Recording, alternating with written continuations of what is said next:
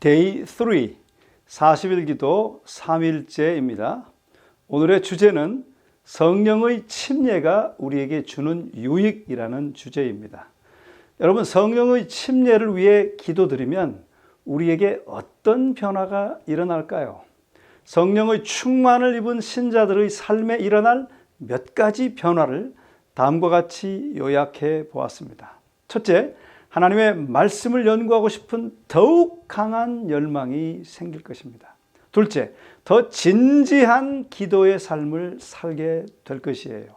셋째, 우리의 죄에 대해 더 깊이 회개하게 될 것입니다. 넷째, 생활 양식과 행위에 분명한 변화가 생기게 될 것입니다.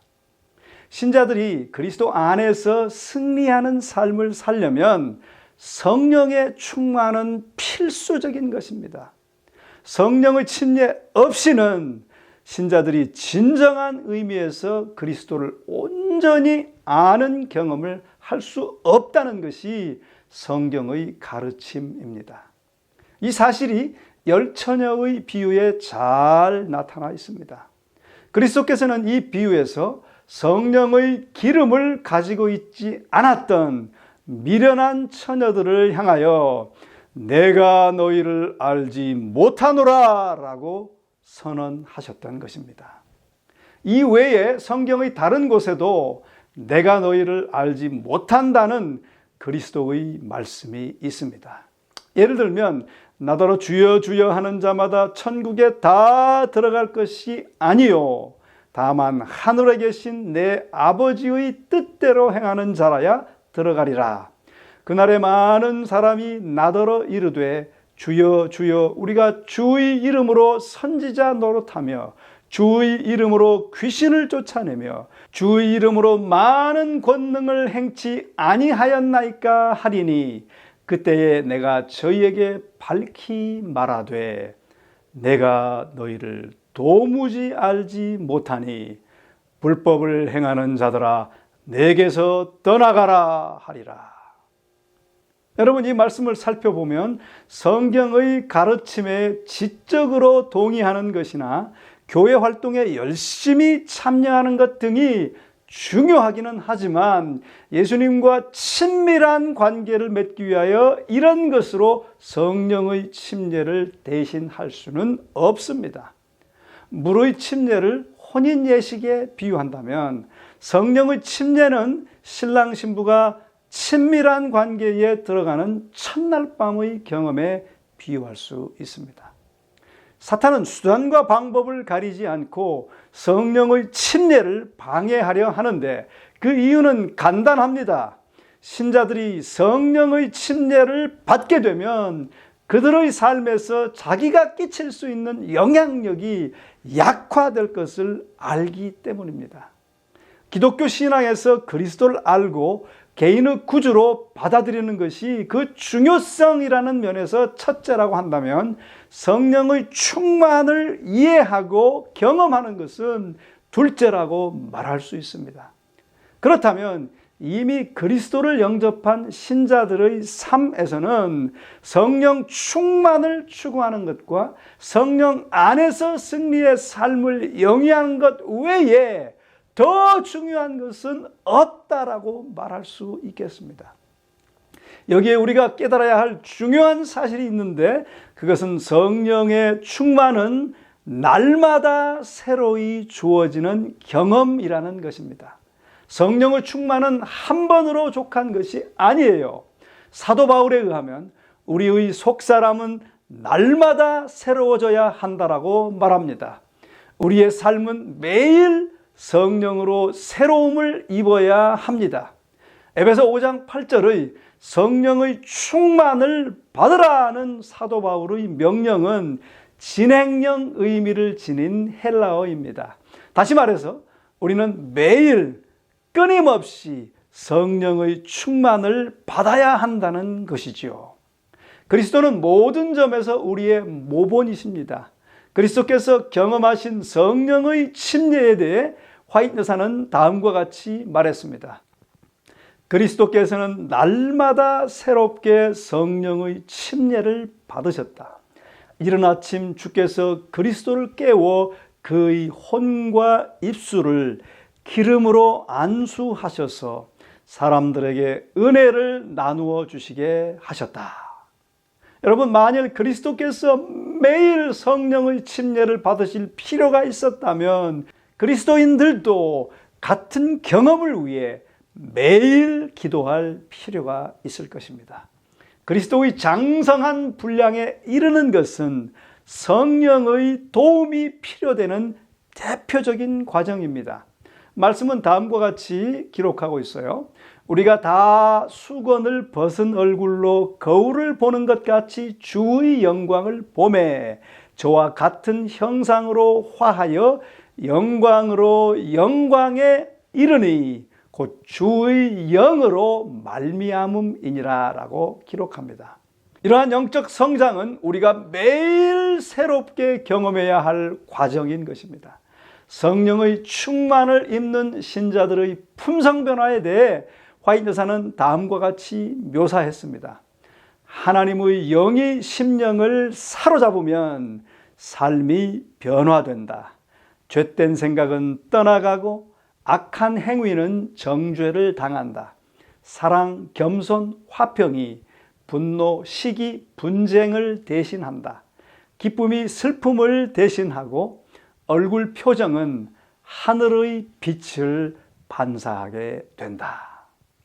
성령의 침례를 통하여 우리의 구주께서 각 신자를 위해 예비하신 축복은 참으로 놀라운 것입니다. 여러분, 이 성령의 침례를 통해 주께서 예비하신 놀라운 축복을 충만히 우리도 받아야 하지 않겠습니까? 우리 모두가 다 그렇게 되시기를 주의 이름으로 간절히 축원합니다.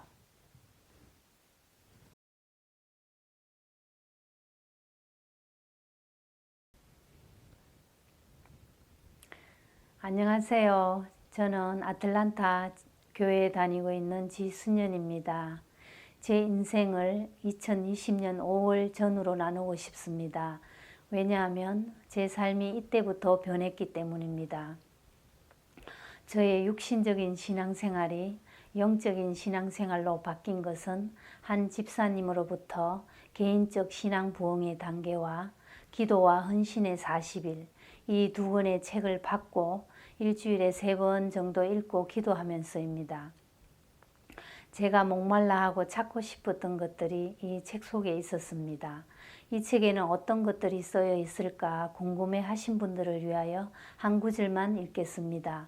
먼저 개인적 신앙 부흥의 단계 25페이지에 성령은 예수님께서 제자들을 사랑하신다는 표로 주신 모든 선물 중에서 최고의 선물이다.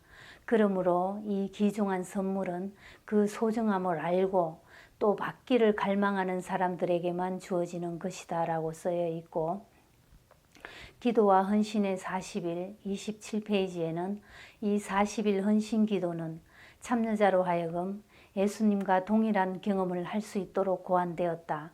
우리는 예수님처럼 사탄의 유혹을 물리칠 수 있는 권능을 받을 수도 있다.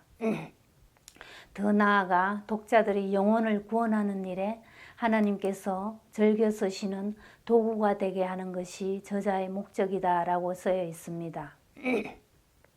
이 책은 어떻게 성령의 충만을 받고 재림을 준비해야 되는지 잘 설명하고 있고, 또 나의 현재 신앙 상태에서 끝도 없이 하늘을 향해 가게끔 이끌게 만드는 책이라고 생각합니다. 그러면 이 책을 읽으면서 제 삶의 변화에 대해 말씀드리겠습니다. 첫 번째, 성경책을 다시 읽기 시작했습니다. 예전에 제 엄마가 세상 이치가 다 여기 있다, 말씀이 꿀송이처럼 달다고 했습니다. 요즘 제가 그런 걸 느낍니다. 두 번째, 시간이 날 때마다 설교를 많이 듣습니다. 무슨 드라마를 보는 것 같이 한 개로 끝나면 단편 드라마, 또 2개, 3개로 끝나면 주말 드라마, 요한계시록을 들을 때 정말 장판 드라마처럼 너무 재밌습니다. 세 번째, 하루에도 몇 번씩 무릎 꿇고 기도합니다. 하나님을 알면 알수록 순종하는 마음이 생깁니다. 또 기도할 때가 가장 하나님과 가깝게 느껴지고 소중한 시간입니다. 네 번째, 영혼 구원 사업이 하고 싶어졌습니다. 믿지 않는 영혼들이 불쌍하고 예수님께로 돌아오게 하고 싶고 또 누굴 만나면 이 책하고 예수님 얘기가 하고 싶더라고요. 그래서 요즘 식구들과 주위 사람들을 위하여 늘 기도합니다. 다섯 번째, 즐겨 보던 TV 이제 보지 않습니다. 왜냐하면 재미도 없고 또 시간도 아깝고 그 시간에 마음의 양식을 쌓는 게 더 좋습니다.